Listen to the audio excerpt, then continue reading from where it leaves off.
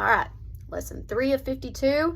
This one is a keystone to herbalism, nutritive herbs. Hang on, don't skip by this. People are so tempted to skip by nutritive herbs because it seems too basic, right? Basic also can be foundational, and that's what this category of herbs, nutritive herbs, is to herbalism, is foundational. So let's learn about nutritive herbs today. So nutritive herbs work on rebuilding, maintaining actual health, not just to keep from getting sick. It's deep nourishment to actually bring in true health. Today, people just kind of a lot of times focus on like not getting sick. That's not health. That's like borderline neglect of actual health. The kind of health that we were really worried about having when the virus that shook 2020 came along. You're like, oh, am I as healthy as I could be? That's what we want to constantly think about. What does actual health, what would that offer me? How would I feel if I were truly, deeply healthy? And that's where nutritive herbs come in. And honestly, maybe that is why these herbs get overlooked, is because we sometimes don't look toward herbs until there's a symptom presenting. And you're like, oh, this symptom, a cough, look, here's mullein. What about we don't wait until there are symptoms? How about we make our body so strong and are constantly nourishing it in a way that your body is tending to itself, and it goes from just mediocre or what you've learned as baseline to like, whoa, I can feel this way, because these herbs can tend to symptoms in this manner. Sometimes folks will come to me or someone in my family or myself, and there's a variety of symptoms. So I have chronic headaches and constipation and my back hurts and this eye twitches, and there's just all these different symptoms shooting off at once. And sometimes herbalists and others can be tempted to be like, here's an herb for this and an herb for that and an herb for this and an herb for that. And next thing you know, you've got 10 different herbs or 10 different teas coming at you, and you're just like, whoa, I don't even know how I can maintain this protocol. How about you just start with a nutritive herb, really working with this herb, offering your body tons of nourishment, and then after about a month, see if some of those symptoms went away. What true balance and health, when your body is restored and working properly, some of those symptoms just shed away, and then you look at the ones that are remaining. It's funny, in early herbal practice, I learned nutritive herbs, and I just kind of like, okay, that's cute, that's fun. And then I learned like 100 powerhouse herbs, and I had this huge materia medica, and here I go. And what did I find myself reaching for? Stinging nettle, dandelion leaf, seeing what some nutrition can help someone do first. Or when I'm feeling bad, I'm just feeling tired, am I reaching for these exotic herbs? No, I'm going out and I'm picking some stinging nettle and I'm drinking it, because after truly learning, I learned that these are powerhouses too, just in a gentle and very, very safe way. Because you see, today, honestly, our bodies, they're starved. We may be full, but a lot of times we're not fed. The big ag and everything, that produce, it's on life support of like fertilizers and herbicides, and these plants, unfortunately, they're shadows of what they used to be. So even if you're eating this diet full of fruits and veggies, it's so limited in what it can actually offer, because the soil wasn't healthy, the soil was starved, so the plants aren't healthy and the plants are starved. So what can that truly offer you? Some small farms, small regenerative farms and so forth, they are trying to rebuild soil health and can offer a lot more if you're going to local farmers markets and so forth. But guess what? Weeds, stinging nettle, chickweed, plantain, dandelion, they're growing exactly where they want to. They pull up that deep nourishment. They don't need help from anybody. And so they can make themselves healthy, and they can offer you that health and that vital energy. There's also that spirit to that that's like, oh, you aren't going to stop me. I'm going to be strong. And those are nutritive herbs. Nutritive herbs, I'm going to honestly say, are like the perfect multivitamin, because America spends so much money on supplements to kind of flush it down the toilet because they're hard to absorb. The body's like, what is this you're saying this is? I don't know, But the nutritive herbs come to you as food, because they are. The body immediately recognizes it as food. So if you make a tea of them, the hot water breaks apart the constituents, makes them easy to absorb. Even if you have poor digestion, it goes into the body and it helps to assimilate much easier in this form. And so you've got this easy to absorb multivitamin. And another thing that's amazing, sometimes taking vitamins can be a little bit difficult, and people almost need a nutritionist to know which vitamins to take when, because some vitamins enhance the absorption of other vitamins. Some vitamins can counteract the absorption of other vitamins and minerals and so forth. And so when you're taking one vitamin, are you preventing the absorption of another vitamin?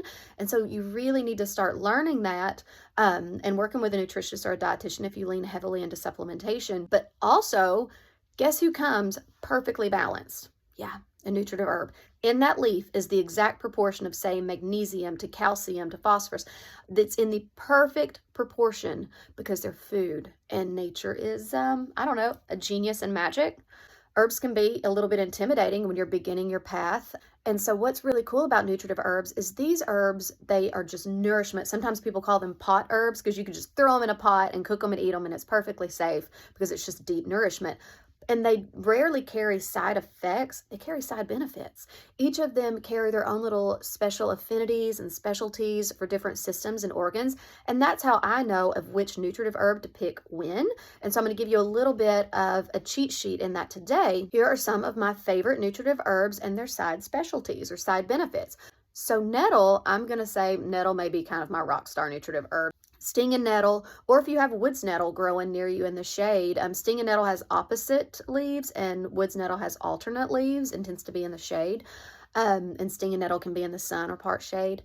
And this is also something you can find online through a lot of sources. Just make sure it's biodynamic grown or naturally grown, no pesticides or herbicides, because weeds are like, why are you doing that to me? Anyway, nettle is so nutrient rich and dense, and it also nourishes the kidneys, and it can be a bit of a diuretic to make sure that things are flush. It's cleansing through several systems, so it makes sure that you're replenished, yet you're also cleansed and flushed. I'm not saying it's going to give you the poops or anything, but it's just going to make sure that you're flushed, a lot of times actually through more of the urinary system. When I think of nettle, honestly, it's in my 3-year-old's tea all the time.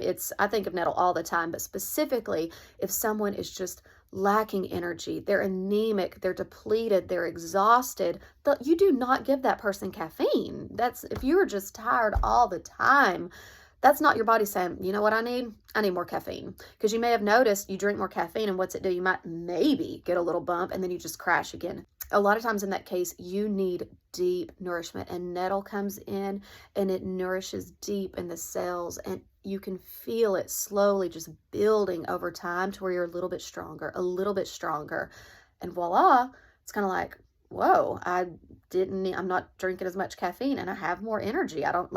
What's happening? I mean, there's a reason plants love this tea. You want to give your plants a treat? Give them some nettle tea, a little watering of nettle tea, and they're like, thank you.